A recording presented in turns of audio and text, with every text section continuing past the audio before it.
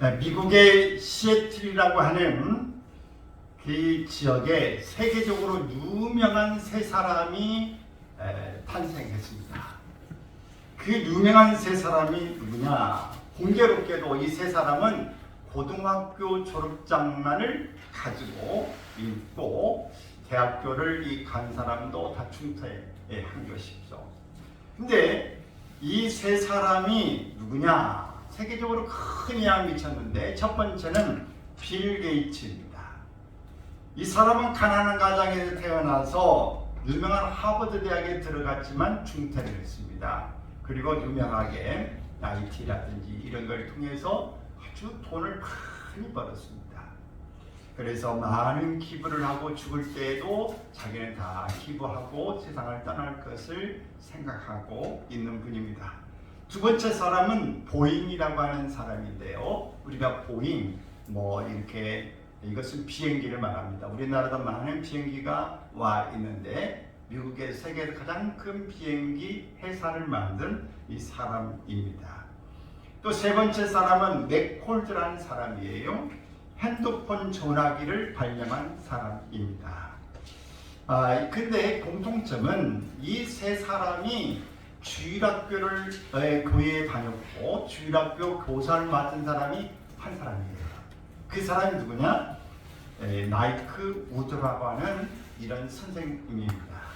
그는 이 아이들을 가르칠 때 초등학교 때부터 성경 말씀을 배우고 또 읽는 훈련을 이 스님으로부터 받은 것입니다.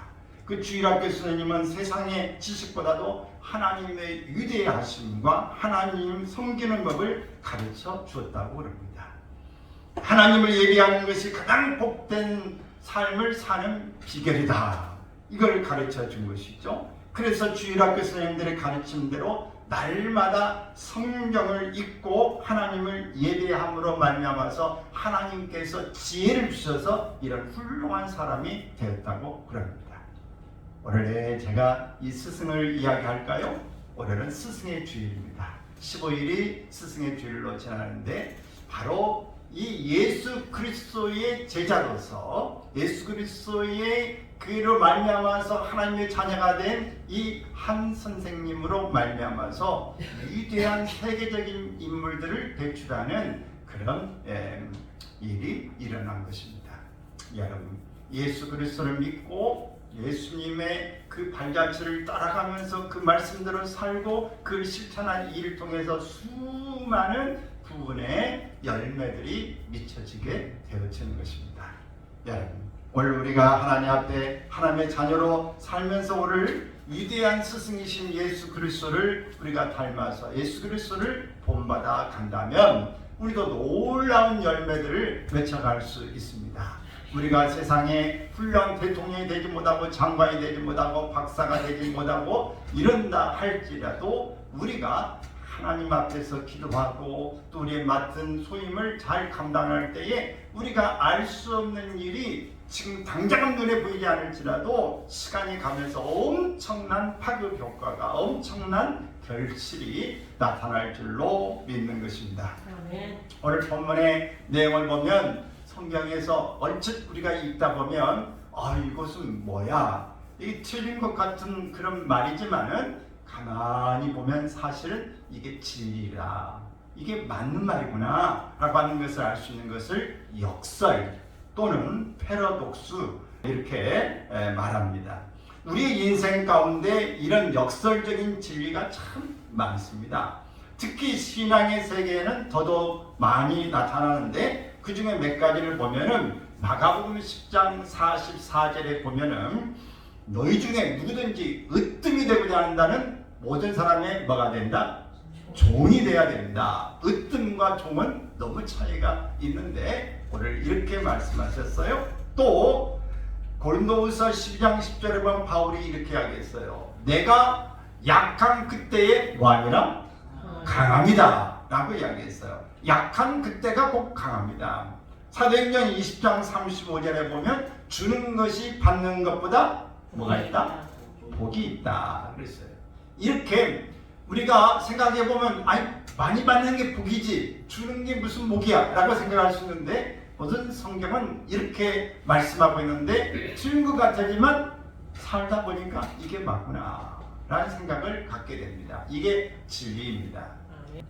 본문 바로 앞에 보면은 20절 이하에 헬라인 몇 사람이 예수님을 찾아옵니다. 아마 그들은 유대인 교포, 흩어져 있는 디아스포라, 예수 믿다가 흩어진 이 사람들을 통해서 하나님을 알게 된 사람들로 보여주는데, 예루살렘에 왔다가 예수님을 찾아온 것으로 보입니다. 근데 전승에 의하면 그들은 당시 헬라의 도시국가의 에데사에서 온 사신들이라고 합니다. 에데사 왕의 아들이 나병이 걸려서 절망 중에 있었는데 예수님의 소문을 듣고, 예수님은 죽은 자도 고치시고 모든 병자도 고치시고 정말 능력이 대단하다, 이런 이야기를 듣고 예수님께 와서 이 예수님을 모시고 에데사에 가서 왕자의 병을 고치고, 거기에 왕자와 이 분의 국사, 모든 이 나라의 중요한 일들의 스승의 역할을 해 주십시오 라고 이렇게 목적을 띠고 왔다고 그럽니다. 그 당시에 예수님은 바리새인이라든지 서기관들이라든지 당국자들에 의해서 어떻게든지 예수 그리스도를 죽이려고 하는 그런 흉계와 모략들이 여기저기 들고 있는 상황이었기 때문에 예수님이 어쩌면 이 좋은 기회를 타고 가는 것이 좋겠다고 이 사신들은 생각한 것이고, 예수님도 우리가 일반적으로 생각해보면 그런 것이 맞다라고 현명한 선택이라고 할 수도 있을 것입니다. 그런데 예수님은 그 제안을 이런 지하에, 그것은 생각할 여지가 없이 거절하셨습니다. 그리고 끝내는 십자가를 지시게 되어진 것입니다. 바로 예수님은 이렇게 십자가를 지는 사건 중에 이게 바로 역설이에요. 바로 피 흘려 예수님이 십자가에 죽으심으로 사건을 말미암아서 주님은 죽은 게 아니라 살아나신 것입니다. 죽는 것을 통해서 사는 것이고, 예수님은 수치와 고난과 모든 부분에 이 멸시천대를 당했으면서도 영광스러워지신 것입니다. 이렇게 예수님은 하늘의 미랄처럼 살아가시기 되어진 것이죠. 하늘의 미랄이 땅에 떨어져 죽어버린 것 같았지만 그것이 많은 열매로 맺어져서 수많은 역사, 기적을 이뤄내고 생명력을 드러내게 되어진 것입니다. 바로 미랄이 되신 예수 그리스도, 그분의 이 미랄이 된다는 이야기는 바로 십자가의 죽으심이요, 그분의 이 미랄이 되는데 살아났다는 이야기는 부활 사건을 이야기하는 것입니다.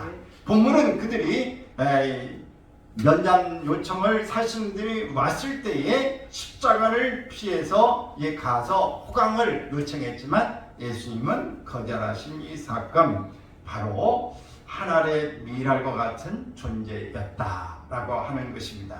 먼저 23절에 보면 예수께서 대답하여 이르시되 인자가 영광을 얻을 때가 왔다라고 말씀하셨어요. 근데 인자는 여기 뭐냐면 이 사람 인자의 아들 자자예요. 그래서 사람의 아들이다, 그런 뜻입니다. 영광을 얻을 때가 왔다라고 이런 말씀을 하시는데, 이 영광을 얻을 때가 왔다는 얘기는 무슨 때예요? 우리가 세상적으로 왕위에 등극한다, 이런 뜻이 아닙니다. 십자가를 질 때가 왔다, 그 말을 하고 있는 것입니다. 그러니까 예수님은 십자가를 회피해서 세상의 부귀영화를 선택하는 것을 단호히 거절한 것이죠. 24절에 우리가 안 믿는 사람도 이걸 다 인용하고 정치인들도 많이 인용하고 있는 이 말이 많은 사람에게 도전을 주는 말씀이기 때문에 많은 사람들이 인용하고 또 사용하고 있는 것이죠. 같이 읽습니다. 내가 진실로 진실로 너에게 이르노니 하늘의 밀이 땅에 떨어져 죽지 아니하면 하나를 그대로 믿고 죽으면 많은 열매를 맺느니라. 진실로 진실로 이 말을 반복하고 있는데, 이 말은 한마디로 아멘, 아멘 이 뜻이에요. 진실로 진실로가 무슨 뜻이다? 아멘, 아멘이다 그 말이에요.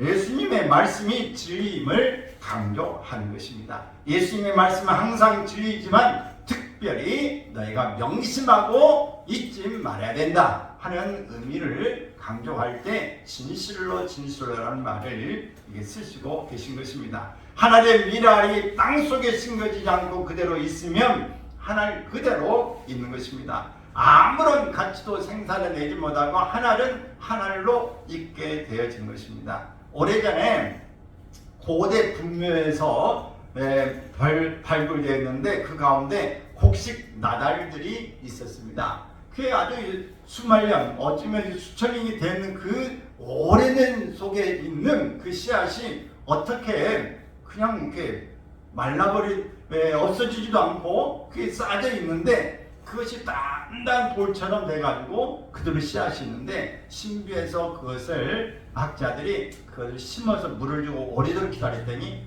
싹이 났대요. 그렇게 오랜 세월이 갔는데 죽지 않고 싹이 났다. 죽고자 하면 사는 것이고 살고자 버당버당하면 죽는 일이 우리 역설적이지만 일어나는 일이 그 전쟁통도 났고 우리 삶의 현장에도 마찬가지입니다. 우리 어떤 경기라고 할 때 발발고 내가 질 것 같아 이렇게 하면 안 될 것 같아 그렇게 겁내면 아무것도 동작할 기술을 쓸 수가 없어요. 그러나 지면 지고 이기면 이기고 반드시 된다 라는 마음을 가지고 이렇게 자신 있게 모든 걸 할 때에 이겨낼 수 있다.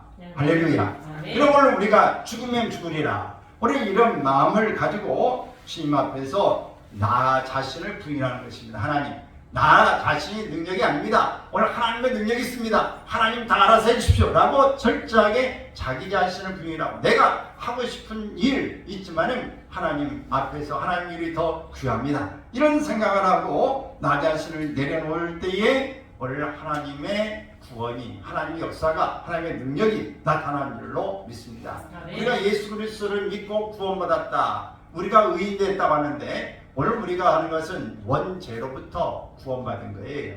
우리 모든 죄의 증거습을 사함받는 것이지 오늘 우리 속에 있는 죄성이 없어진 것은 아닙니다. 죄성이 없어진 거 아니라 그 말은 무슨 말이냐면 여전히 구원받았지만 우리가 밖에 나가면 이 아름다운 거 보면 아름답게도 느끼지만은 좋은 거 보면 갖고 싶어하고 남이 보면 시기도 있고 질투도 있고 막 이런 여러 가지 긴장되고 스트레스도 받고 그러지 않습니까? 그 어떤 모든 것들에 비교하고 우리의 마음에 막 그 인간적인 예전에 구원받을 때나 안 받을 때나 똑같은 그런 마음이 드는 것이 죄성인 거예요. 그래서 잘한 사람에게는 잘하고 싶은데 막 싫은 사람 내한테 못한 사람에게는 막 원망이 쏟아지고 그를 막 죽이고 싶을 만큼 미운 감정이 드는 이것이 바로 우리의 죄성인 거예요.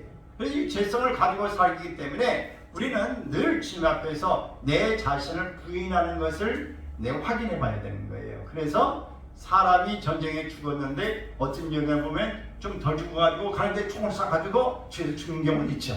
그러니까 저는 어떻게 죽은 거라도 꺼진 물도 다시 보자. 그래서 죽은 사람도 확인 사살하는 거예요. 근데 전쟁에 보면 죽었는데 한 방씩 팡팡팡 숨어가는 거 있죠. 이것처럼 우리의 자신이 하나님 앞에 내 자신을 부인하고 가는 것 같았지만 내 자신을 확인 사살한 것처럼 내가 진짜 죽었냐 살았냐 여우야 여우야 살았냐 죽었냐 계속 물어봐야 돼. 나는 여우가 아니니까 누구요? 무야나 살았냐 죽었냐 계속 물어봐야 돼. 아멘. 아멘. 상이야 너 살았냐 죽었냐 물어봐야 됩니다. 계속 묻지 않으면 오늘 우리가 진짜 살았는지 죽었는지 잘 몰라요. 여러분 그래서 내가 꿈을 꾸고 난 다음에 내가 생시야 꿈이야 물어보면 어떻게 해야 돼? 꼬집어 봐야 돼. 야 꿈이 아니구나 생시구나. 여러분 내가 죽은 것 같은데 어느 순간에 보면 비 오고 뭔가 세상에 비교되고 뭔가 근심 있고 다 보면 쑥 올라가지고 죽은 게 아니야. 여전히 안 믿는 사람이랑 믿는 사람이 똑같아. 여러분 살살 긁어봐. 좋을 때가 좋지. 살살 긁으면 어때요? 그냥 분이 다 올라와. 꽃감은 분이 나면 맛있기라도 하는데 사람은 분이 나면 아니 똥맛이야. 그래서 여러분 오늘 우리가 그냥 멋진 거하고 대단한 것 같지만 사실 사람이 그렇게 쉽게 바뀌지 않아요. 여러분 바뀐 것 같아도 오늘 우리는 날마다 주님 앞에서 우리 자신을 확인해 볼 수 있기를 바랍니다. 아멘. 죽었냐 살았냐 여러분 물어보시길 바랍니다. 아멘. 그래야 우리 자신이 십자가 앞에서 내 자신을 장사지냈다. 십자가와 함께 그리스도와 함께 내가 못 받겠다. 이런 모습을 말로만 아니라 이로만 아니라 실제 생활에서 나타나기를 바라는 것입니다. 삶을 살다 보면 우리가 믿음의 길이 정말 순교의 길, 이런 삶을 살아야 될 길이 있습니다. 기독교 2000년 역사는 순교의 역사였어요. 그래서 신학자 터툴리안은 이런 말을 했어요. 순교의 피는 교회의 밑거름이다. 이런 이야기를 했어요. 오늘날도 전 세계적으로 보면 곳곳에서 순교가 일어나고 있습니다. 그러나 우리가 살고 있는 이곳은 순교를 하고 싶다고 하더라도 순교할 수 있는 그런 터전이 아니라 종교의 자유가 보장되고 있는 나라입니다.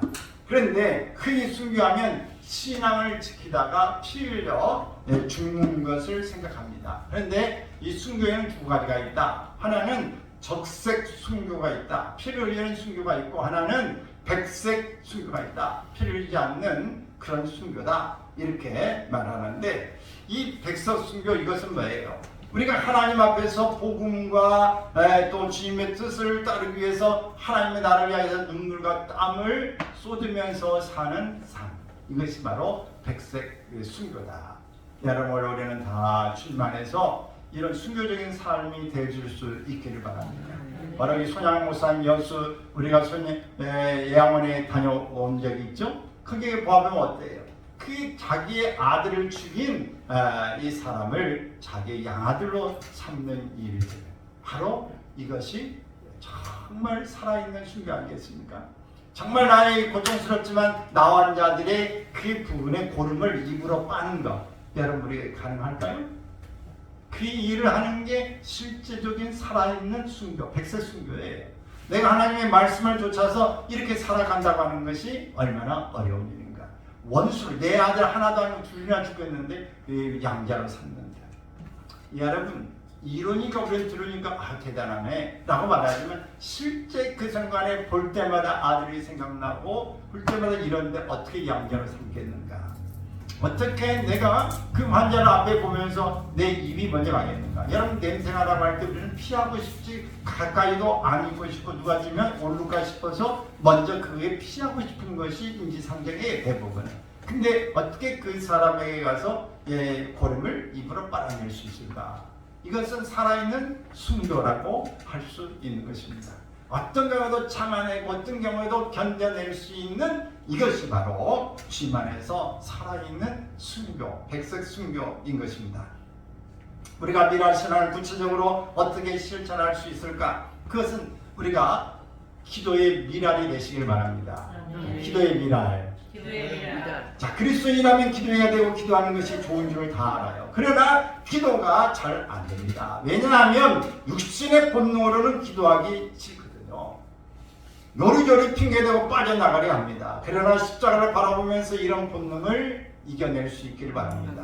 그리고 기도하십시오. 그럴 때 비로소 하나님의 놀라운 역사가 일어납니다. 아무리 기도 열심히 하고 착한 사람도요, 기도 몇 번만 쉬면 하기 싫어요.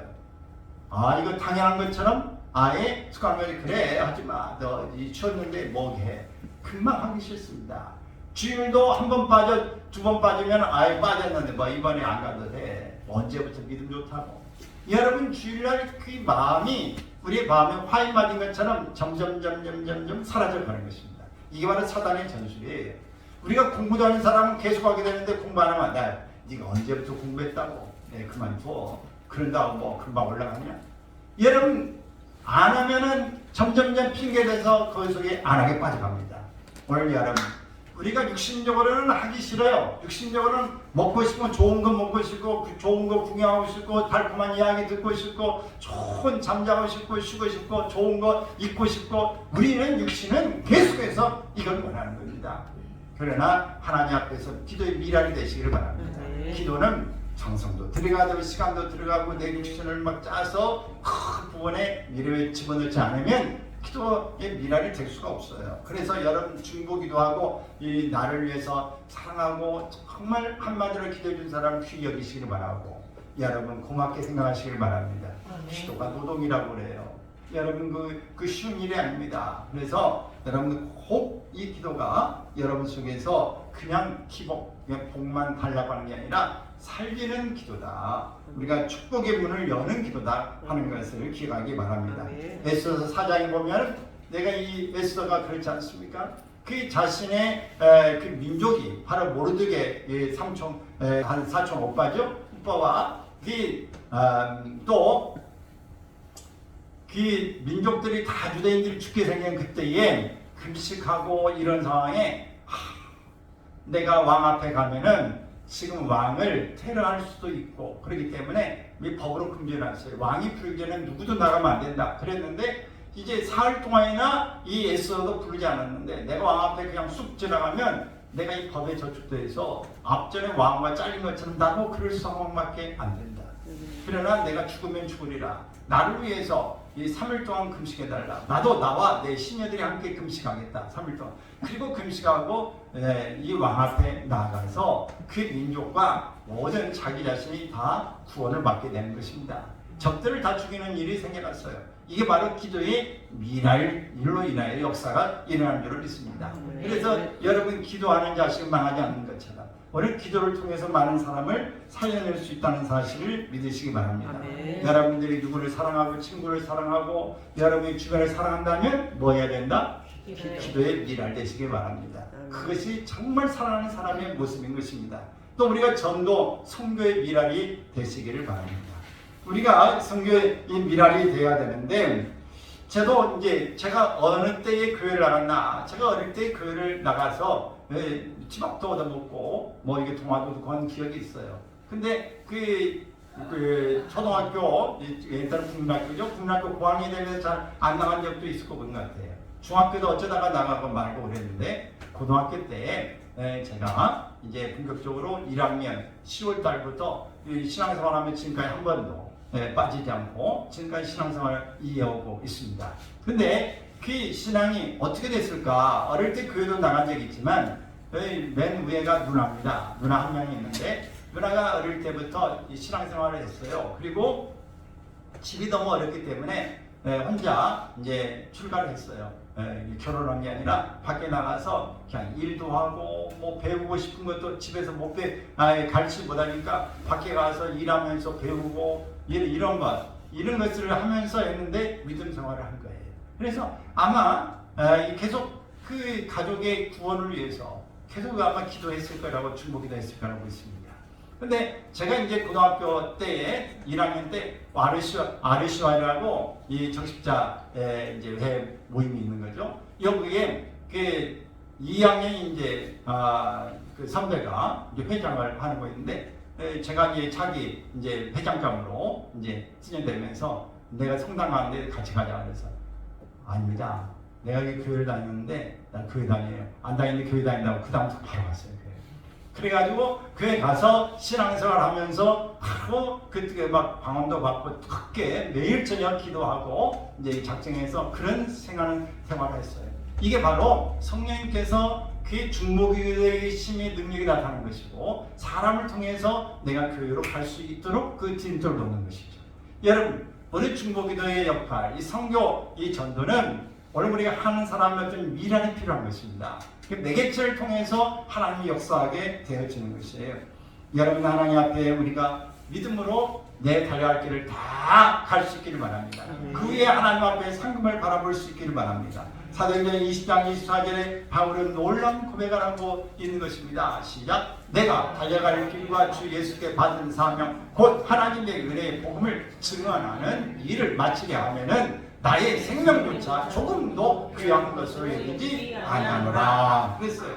여러분 한 생명 귀하죠. 그러나 또 다른 생명을 잉태하는 것은 얼마나 귀함인지 모릅니다. 차광 목사님의 미랄이라는 그 노래 있죠. 그분의 노래가 계속 내 말씀을 준비하면서 생각이 나고 그랬는데 여러분이 오후에 그 찬양을 한번 이제 불러보겠습니다만은 여러분 이 찬양 미랄처럼 우리가 이게 썩어져서 살 수 있기를 바랍니다. 우리가 지난번에 서천 그쪽에 가면서 이 아펜설의 기념관 다녀온 적이 있죠. 한 2번 교회에서 갔는데 거기에 갔을 때 어떻습니까? 그분의 이제 설명을 이렇게 듣고 하는데 그 군산 앞바다 그 부분에서 이 성경을 이제 번역하는 일 가운데 회의를 위해서 재물포 인천 그쪽에서 그 군산으로 가다가 그 배가 충돌한 거예요. 그래 죽을 이제 상황이 되어졌는데 아벤셀라가 그때가 나이가 20대입니다.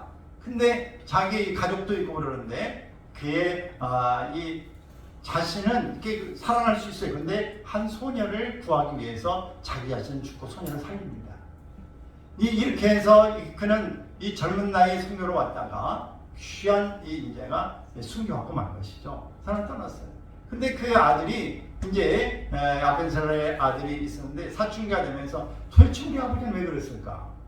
왜 자기는 죽고 왜 소녀를 살렸을까? 이해가 안 됐어요. 그래서 굉장히 방황을 했어요. 나중에 철이 들고 나면 아버지의 그 뜻을 알고 난 다음에 한국에서 살다가 몸이 이제 아파서 신병을 이제 치료하기 위해서 미국 가면서 내가 여기에 지금 미국하지만 내가 죽으면 미국 땅에 묻지 말고 한국 땅에 물어달라. 그래서 양화전에 그 아버지 다 매장되어 있는 그곳에 매장되어져 있습니다. 여러분 한 생명 바로 전도 생명하는 일에 미래를 내시기를 바랍니다. 그 소녀는 어떻게 될지 모르겠습니다만은 여러분 이것은 오늘 우리에게 있어서 정말 생명을 살린다고 하는 것이 그 부분에 얼마나 내 자신이 희생되지 않으면 생명을 살리는 일과는 관계가 없어진다고 하는 것입니다. 그럼 여러분 연관될 수 있지만 우리는 사랑의 미랄 되시기 바랍니다. 다 같이 사랑의 미랄. 사랑의 미랄. 그래서 이 장애인들에 보면 미랄회가 있어요. 장애인들 이렇게 모임에 이렇게 보면은 미랄회가 있고 그러는데 사랑에 우리가 미랄 되시기를 바래요. 세상 이치는 희생이 있어야 그 결과가 생깁니다. 자식이 잘 되는 것도 부모의 희생이 필요한 것이고요. 공동체가 잘 되는 것도 누군가 희생이 필요한 거예요. 가정이 잘 되려면, 교회가 잘 되려면, 나라가 잘 되려면 누군가의 희생이 반드시 필요한 것입니다. 그래서 여러분 우리는 해산하는 수고를 우리가 꼭 그리스도의 형상을 이루기까지 할 수 있기를 바랍니다. 이게 바로 갈라디아서 4장 19절에 있는 말씀처럼 이 바울이 하는 고백인 것입니다. 이런 수고를 우리는 할 수 있기를 바라요. 우리는 어버이날에 그런 예화를 들기도 했지만 비슷한 것이 영국에도 하는 이 사건이 있습니다. 영국의 웨일즈 남부 지방에 눈보라가 치던 날이었어요. 근데 한 여인이 길에 쓰러져 얼어 죽은 채로 발견이 된 것입니다. 근데 민망하게도 옷을 홀딱 벗고 그렇게 죽어 있는 모습인데 그 아래에 그러니까 아이가 울고 있는 것입니다. 그러니 보니까 엄마가 추워서 가는데 아이를 살리기 위해서 자신 옷을 다 벗어서 아이를 덮어주고 아이를 살리고 자기는 얼어서 죽은 것이죠. 이런 모습을 보면서 이 친부모로부터 그 양부모가 이렇게 길러내는데 친부모에 대한 이야기를 듣지 못하고 사랑받지 못했다고 하는 그런 이야기를 생각을 가지고 있는데 이제 철이 들고 어리자 이야기를 해준 겁니다. 내 엄마가 이렇게 해서 이렇게 했다. 그 사실을 알고 그런 훌륭한 크리스찬으로 이제 돌아갑니다. 그가 바로 1차 세계대전 당시에 영국의 수상을 역임한 데이비드 노이드 조제라고 하는 사람입니다. 부모가 사랑의 미랄이 되는 한 자식은 절대로 망하지 않는 것입니다. 이렇게 유명한 사람이 됐어요. 오늘날도 우리의 무조건의 편안함과 아니란 말을 추구하는 이 시대 가운데 살다 보면 우리도 모르게 이기적이 되져가고 내가 좋은 것만 좋고 이렇게 살아갑니다. 그러나 여러분 예수님을 본받아서 나도 위대한 스승인 예수님처럼 하나님의 미랄이 되어 미랄 같은 기도의 미랄이 되고 전도와 선교의 미랄이 되고 사랑의 미랄이 되어서 바로 내가 죽어도 십자가의 이 죽으심이 죽음으로 끝난 게 아니라 부활의 소망으로 능력으로 하나님 앞에 존귀한 면류관으로 나간다는 사실을 확실히 믿으시고 이렇게 미랄 신앙으로 우리를 예수 그리스도 바로 미랄처럼 살아간 스승 예수님을 향한 우리의 믿음을 가지고 살아가기를 주의 이름으로 축원합니다. 아멘.